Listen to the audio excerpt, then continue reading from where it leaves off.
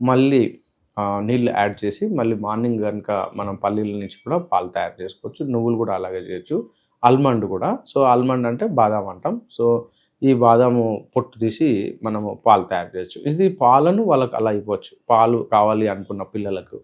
So, హాస్టల్‌లో ఉన్నటువంటి పిల్లలకైతే చాలా కష్టమండి. వాళ్ళ పరిస్థితి ఏంటంటే రెడీమేడ్ ఫుడ్డే ఉంటుంది.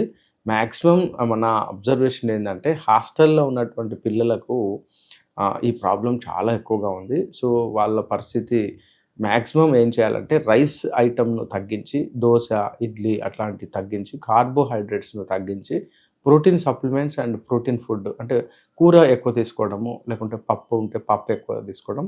రైస్ ఐటము, షుగర్ ఐటమ్స్‌ను పూర్తిగా మానేస్తే వాళ్ళకి రావడానికి అవకాశం ఉంది. ఆయుర్వేదంలో చాలా అద్భుతమైనటువంటి ట్రీట్మెంట్ విధానాలున్నాయి. సో, ది బెస్ట్ ట్రీట్మెంట్ ఏందంటే అశోకారిష్టం అని ఒక టానిక్ దొరుకుతుంది. అశోకారిష్టం. ఇది కొంచెం స్మెల్‌గా ఉంటుంది. అది కొంచెం బాగా అనిపించదు. ఆ టానిక్ అనమాట. సో, దీన్ని నిలువ చేయడానికి సెల్ఫ్ ఫెర్మెంటెడ్ ఆల్కహాల్ తయారు చేస్తుంది.